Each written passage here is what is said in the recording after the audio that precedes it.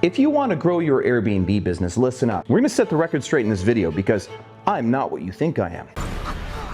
I'm Batman.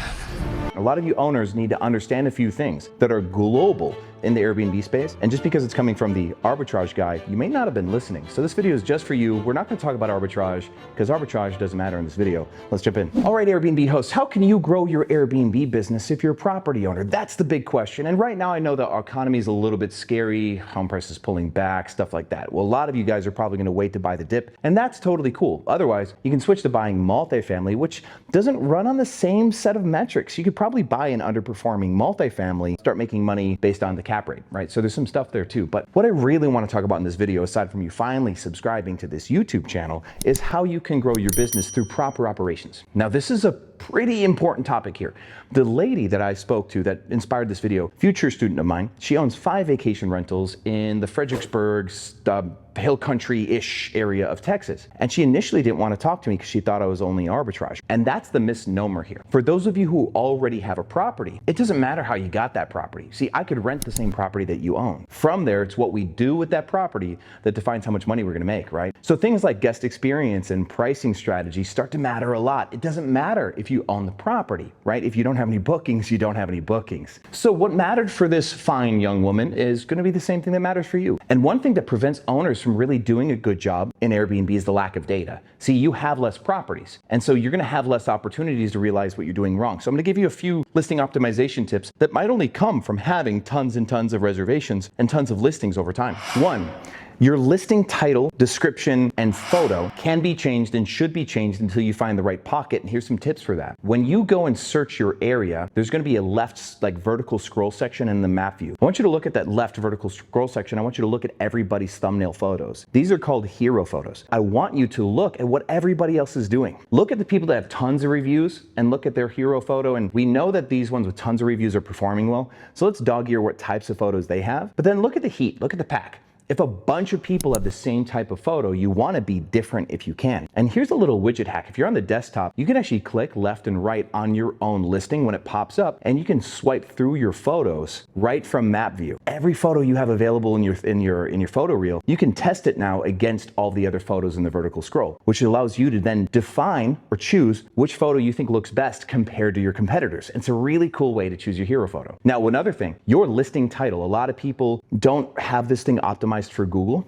and they don't have it optimized for search. For example, one thing that you should always do is put a king bed in your home. And if you have a king bed in your home, the first 2 words of your title should say king bed. This gives you double the results, because since somebody cannot search for a king bed on Airbnb, the moment that they read that you have a king bed is the moment that you outperform on clicks against your competitors. But also when people are searching for properties on Google, they'll write that they're looking for a king bed. And that keyword will help boost you onto Google search. And Airbnb has a setting that is automatically turned on for all listings, all houses, that you will show up in searches like on Google unless you shut that off. Now, why would you want to shut that off? Hey, you homeowners are asking the right question. You might want to shut off your search if you have your own direct booking website. You might want to ensure that if your listing is popular amongst various channels, including your own direct booking website, that Airbnb doesn't push their version of your listing when yours is going to show up anyway, because Airbnb charges an 11 or 12 or 14% fee, depending on if you're plus or not or whatever. So with that said, turn that Google searchability off if you have a strong performing direct booking website in a niche market where you've got a good boutique presence. If you are happy with the content so far, please like the video and subscribe and share with your homeowner friends, because there's more to come in this video. Let's talk about price. Let's talk about pricing management, occupancy strategy. Going into seasonal markets or slow season, you should have your prices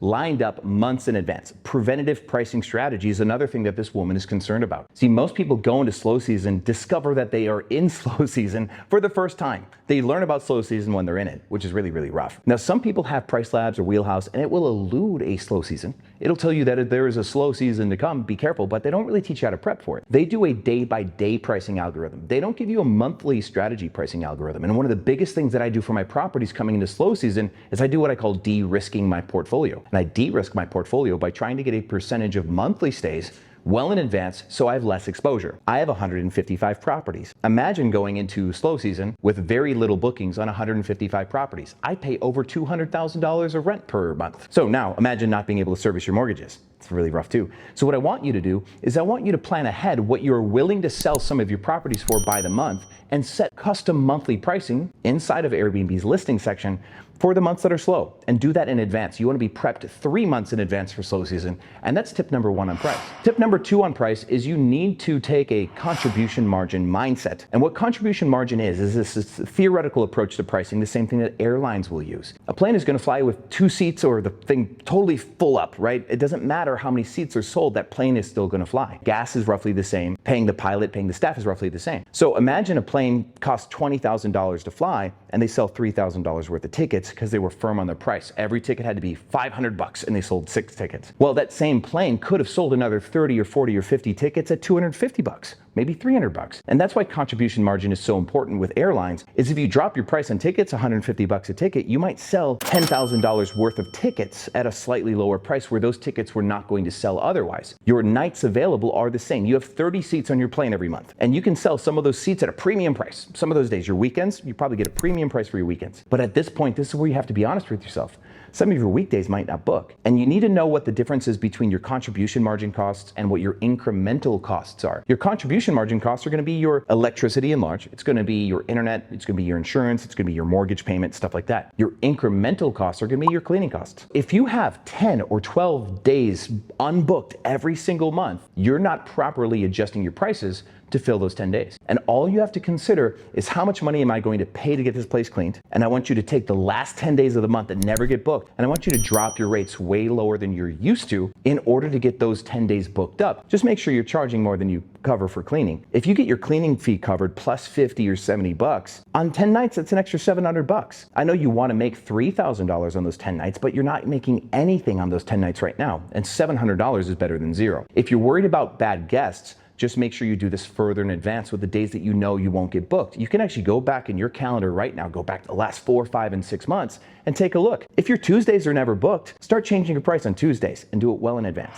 The one thing that homeowners don't really get a chance to do is hire their own staff. And if you're thinking long game here, I want you to start to consider what team members you can start to hire by the hour. Having 5 houses means you can start to hire a VA, right? Somebody who can do guest communications either late at night or during the daytime when people are cleaning. If you manage your own housekeeping team, you're gonna know that you're super busy between 11 and 3 p.m. You're not gonna have time to text guests. If you work all day and you're kind of burned out in the evenings, you can hire a VA to handle some of your nighttime costs. And what a lot of people are afraid of is what if something goes wrong? You know what we've done with our 155 properties? We've set operating hours. We've actually made Airbnb well aware that we're closed from midnight until 10 a.m. Central Standard Time. And we don't have any West Coast properties, so that's how we get away with this. If you decide to set operating hours, enforce those. You put them in the other things to note section of your listing, you put those in the house rules section of your listing, you put that in the availability section of your listing where I'm not available to communicate with guests. You put that all in there, and then call Airbnb and say, hey, put a note on our profile that we are a business and we are closed from midnight until 10 a.m. We're gonna answer everybody's stuff between then, and then every guest that you have check in, you're gonna let them know. Here are our house rules, please read these. Also, please note that we're closed after midnight. If you have any questions, please ask them before midnight. Please check in before midnight. And if you start to set those proper healthy boundaries as a company,